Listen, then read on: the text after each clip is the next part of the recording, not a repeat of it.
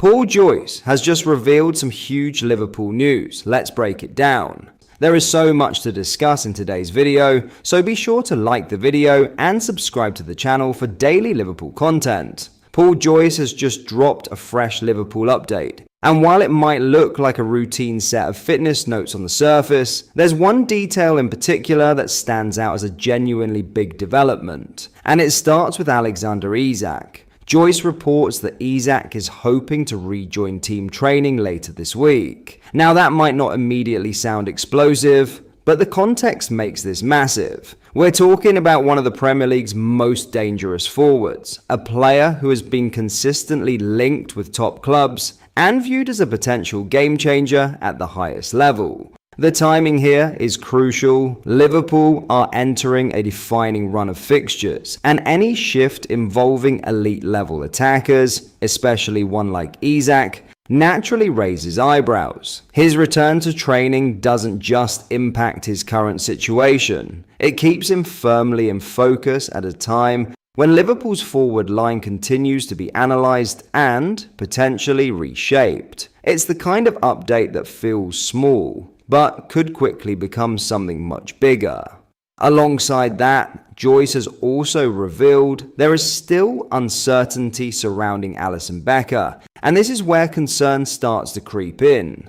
There's no clear timeline yet for Alisson's return to the first team, and that's a significant issue for Liverpool. He's not just a starter, he's arguably the most reliable performer in the entire squad. His absence creates a question mark over stability, especially with high-stakes matches on the horizon. At this stage of the season, uncertainty like that is far from ideal, but there is a major boost, and it involves Liverpool's biggest attacking name. Mohamed Salah is expected to be fit for the FA Cup quarter-final clash against Manchester City this Saturday, and that is huge. Salah being available completely changes the dynamic of that game. Against a side like City, you need your elite players ready, and Salah has built his reputation on delivering in exactly these moments. His return couldn't come at a better time. So when you take all of this together, Paul Joyce hasn't just provided a standard update, he's revealed a situation that could have serious implications.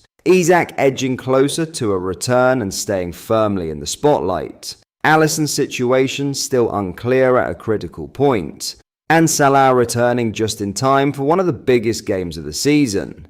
This is big Liverpool news, and if there's one thing we know about updates like this, especially when they come from Paul Joyce, it's that they often hint at something bigger developing just beneath the surface. The question now is, what happens next? In other news, Liverpool's long-term planning is once again coming into focus, and at the centre of it sits a familiar name quietly building his reputation abroad. The situation surrounding Jarell Quansah is beginning to take shape, and while a return to Anfield is not imminent, the groundwork has very clearly been laid for something significant in the near future. When Quansah departed Liverpool last summer after 15 years within the club system, the move to Bayer Leverkusen was seen as both a bold step and a calculated one. The £35 million deal raised eyebrows, but it was the inclusion of a buyback clause that truly caught attention. From that moment, it became evident that Liverpool were not closing the door. Rather, they were leaving it deliberately ajar.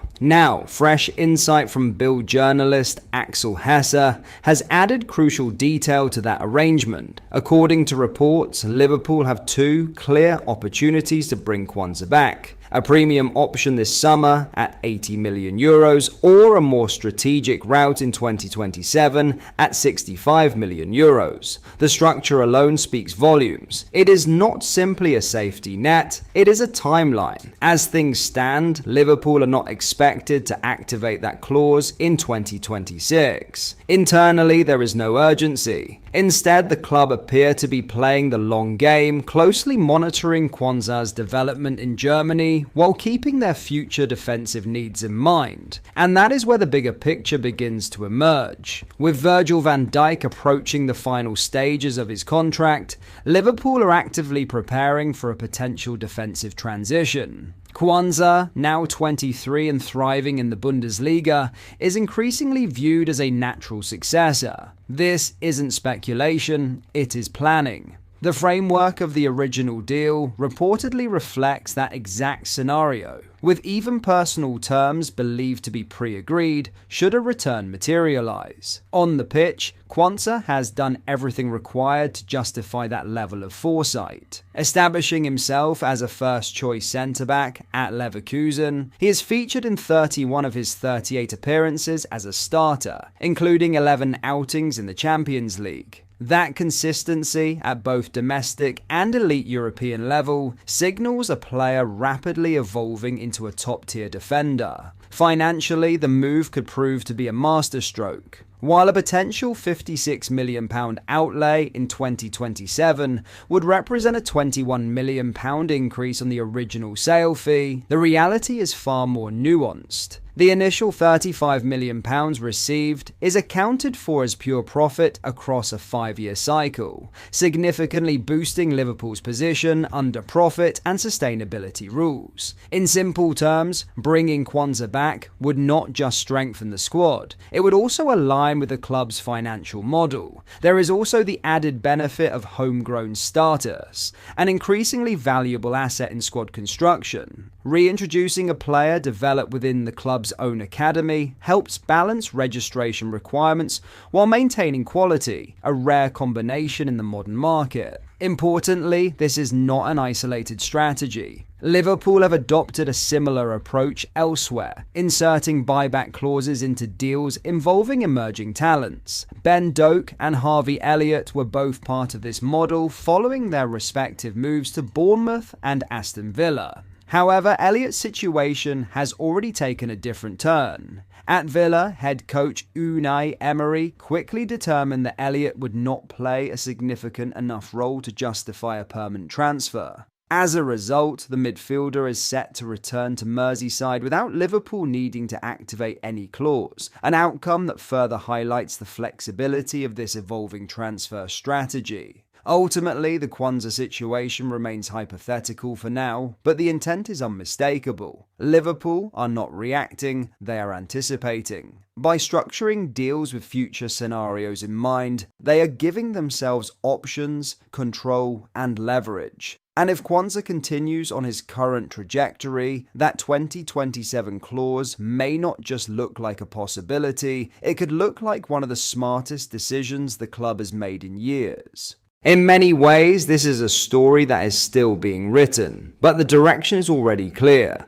Liverpool have positioned themselves perfectly, retaining influence over a player they know inside out while allowing him the space to grow into the role they may one day need him to fill. For Jarell Kwanzaa, the task is simple. Continue developing, continue proving his value at the highest level, and make that future decision an obvious one. For Liverpool, it's about timing, waiting for the right moment when both sporting need and financial logic align. Should Virgil van Dijk move on, the groundwork has already been laid for his seamless transition. And if that scenario unfolds, Liverpool won't be scrambling in the market. They'll be executing a plan years in the making. This isn't just smart recruitment, it's long-term vision in action. But that is all for today's video. Thank you for watching, I hope you enjoyed. If you did, please drop a like on the video and subscribe to the channel for daily Liverpool content. We post all the latest Liverpool news every day, so join our fast-growing community so you never miss out. Thank you, I'll see you in the next video.